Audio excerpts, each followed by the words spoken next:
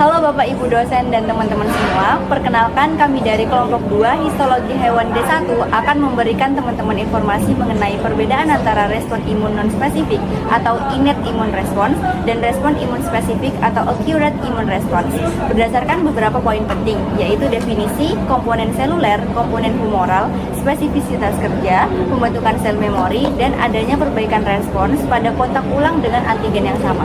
Sebelumnya, izinkan kami memperkenalkan diri terlebih dahulu. Perkenalkan, nama saya Rohma Yulianti dengan NIM akhir 020. Perkenalkan, nama saya Yulianti Madinantia dengan NIM belakang 019. Dan saya Rizal Azhara dengan NIM terakhir 018.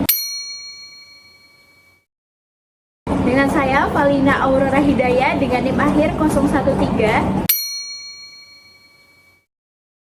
Dan saya Jessica Noh Olivia dengan NIM 18 323 1017. Oke, kita mulai dari poin pertama ya teman-teman. See you, stay tune. Sebelumnya, perlu diketahui pengertian dari respon imun untuk menjangka lebih banyak pengetahuan. Nah, respon imun ini merupakan cara tubuh dalam mengenali dan mempertahankan diri terhadap bakteri, virus, dan zat yang tampak asing dan berbahaya. Respon imun yang efisien dapat melindungi terhadap banyaknya penyakit dan gangguan.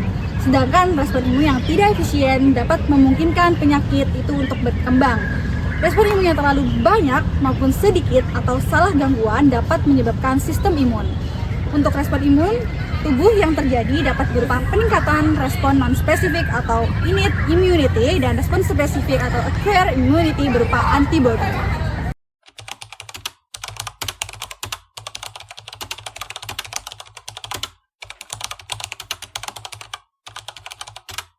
Jadi di video kali ini kita akan bahas mengenai sistem imun. Pertama-tama kita akan membahas mengenai apa itu imunitas. Immunity berasal dari bahasa Yunani yang artinya imunitas, yaitu perlindungan. Secara pengertian, imunitas merupakan suatu mekanisme pertahanan tubuh terhadap benda asing. Benda asing yang dimaksud ini bisa berupa bakteri maupun patogen lain seperti virus, jamur, parasit, toksin, obat-obatan, serta makanan dan minuman yang kita konsumsi sehari-harinya loh.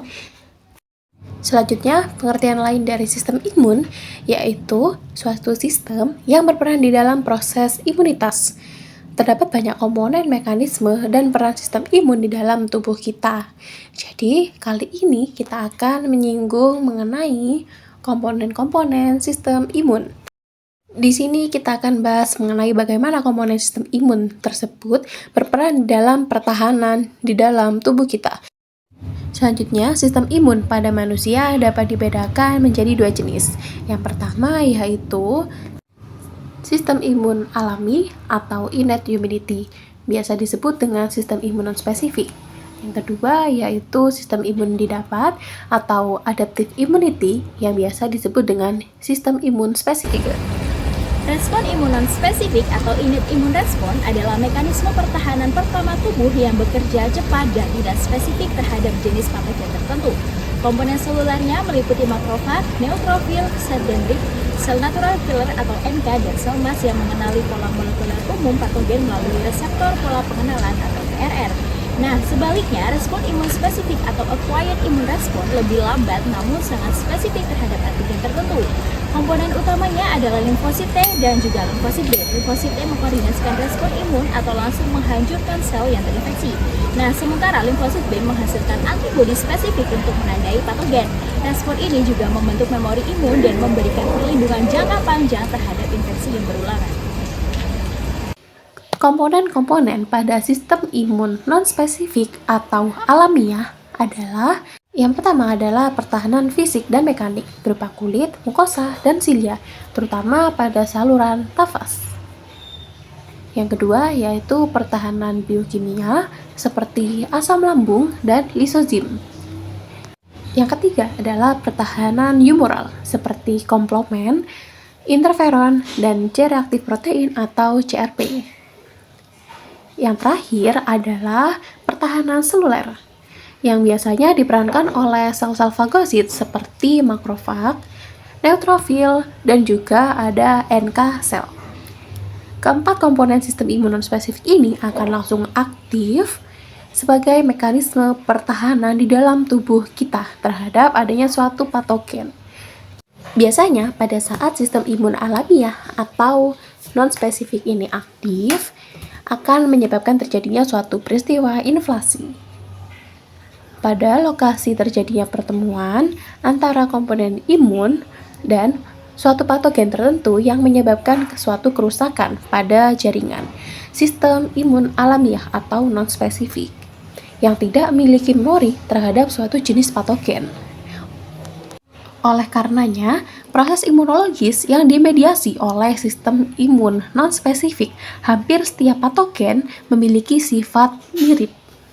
Sedangkan untuk sistem imun didapat atau sistem imun adaptif yang biasa kita sebut dengan sistem imun spesifik merupakan suatu sistem yang memiliki spesifik terhadap patogen atau jenis inflasi tertentu. Berbeda dengan sistem imun alamiah yang tidak memiliki memori terhadap suatu patogen tertentu, sistem imun adaptif ini memiliki sel memori yang akan menghasilkan suatu protein yang menjadi respon imunologis yang biasa kita sebut sebagai imunoglobulin. Lalu, komponen utama dari sistem imun spesifik adalah limfosit. Pada dasarnya, sistem imun spesifik dibagi menjadi dua tipe. Berdasarkan pertahanan terhadap patogen ekstraseluler maupun intraseluler, dapat dibedakan menjadi dua tipe, yaitu komponen seluler dan komponen humoral. Pada komponen seluler, sel menjadi mediator respon imunologis adalah sel limfosit T. Secara umum, sel limfosit T dibagi menjadi 3 jenis, yaitu sel T helper atau CD4+, selanjutnya adalah sel T sitotoksik atau CD8+, yang terakhir adalah sel T regulatory. Masing-masing jenis sel T memiliki mekanisme yang berbeda-beda untuk merespon setiap adanya patogen yang ada pada intraseluler. Pada sel T helper bekerja berkaitan dengan sel antigen representing cell atau APC melalui reseptor protein MHC kelas 2 yang mana digunakan untuk memicu protein sitokin yang dapat berperan sebagai sitokin proinflamasi maupun sitokin antiinflamasi. Sebagai contoh dari sitokin proinflamasi adalah interleukin 1 beta, interleukin 6, dan juga TNF alpha. Sedangkan contoh sitokin antiinflamasi yaitu ada interleukin 10, kemudian sel T sitoksin yang akan berkaitan dengan sel yang terinfeksi patogen pada interseluler melalui protein binding molekul atau MHC kelas 1 dan akan langsung membunuh sel yang terinfeksi tersebut. Sedangkan untuk sel T regulatory berfungsi untuk mengatur survensi dari respon imun. Komponen humoral dalam respon imun meliputi molekul-molekul yang secara alami sudah ada di dalam tubuh dan berfungsi untuk memberikan perlindungan cepat terhadap patogen. Pada sistem imun non-spesifik atau innate, komponen humoralnya biasanya terdiri dari sistem komplement, protein fase akut, interferon, lysosine, dan mediator inflamasi yang secara alami sudah ada di dalam tubuh dan dapat secara langsung bekerja melawan patogen tanpa perlu melakukan pengenalan secara spesifik terlebih dahulu.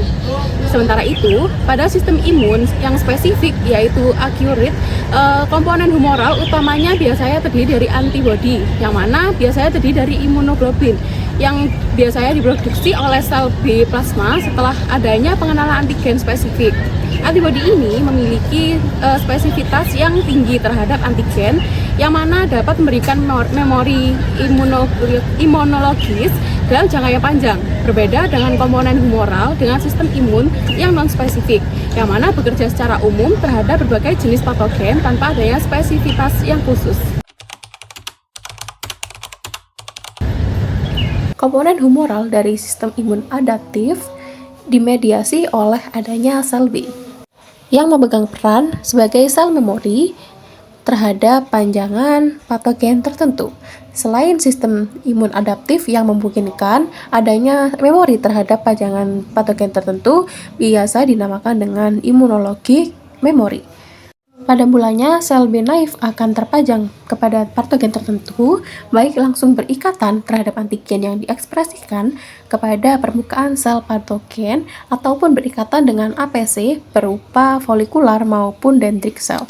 Selanjutnya, sel B naif yang terpajang tersebut akan mengalami proliferasi dan diferensiasi pada sumsum tulang belakang yang menjadi suatu sel B memori yang memiliki memori dan spesifikasi terhadap antigen patogen tertentu, dan juga sel plasma yang menghasilkan imunoglobulin spesifik terhadap infeksi patogen tersebut akan dihasilkan. Semakin sering tubuh terpajang oleh patogen yang sama, maka titer antibodi yang dihasilkan oleh sel plasma tersebut semakin tinggi pula.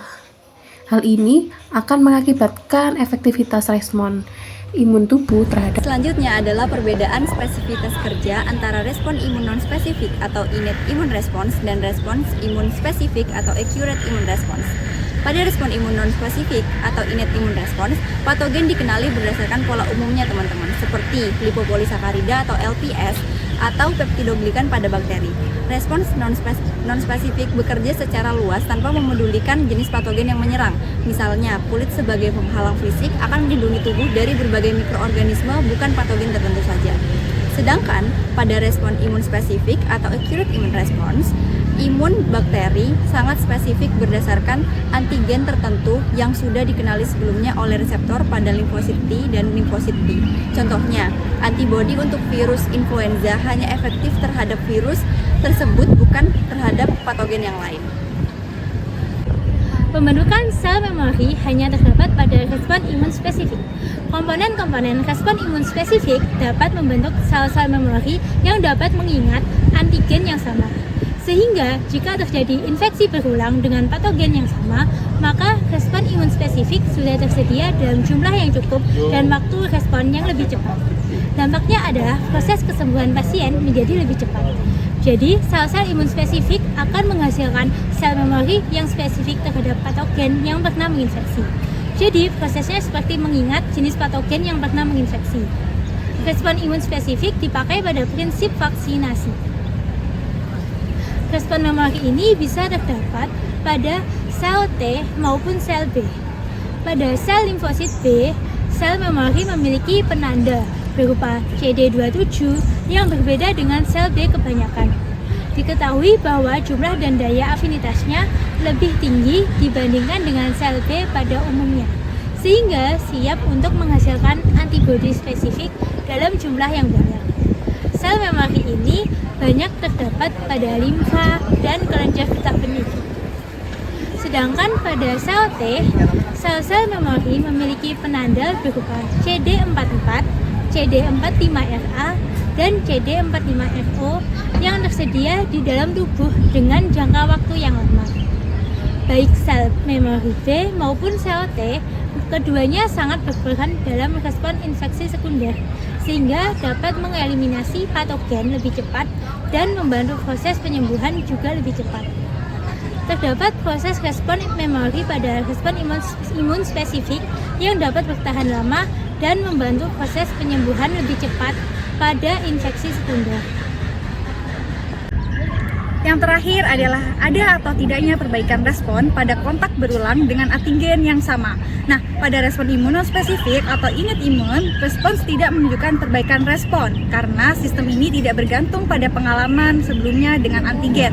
Namun pada respon imun yang spesifik atau acute immune, respon justru menjadi lebih efektif pada kontak berulang. Nah, karena dibantu dengan keberadaan sel memori yang meningkatkan efisiensi respon imun. Baik, sekian informasi yang bisa kami berikan. Kurang lebihnya mohon maaf. Wassalamualaikum warahmatullahi wabarakatuh. Bye.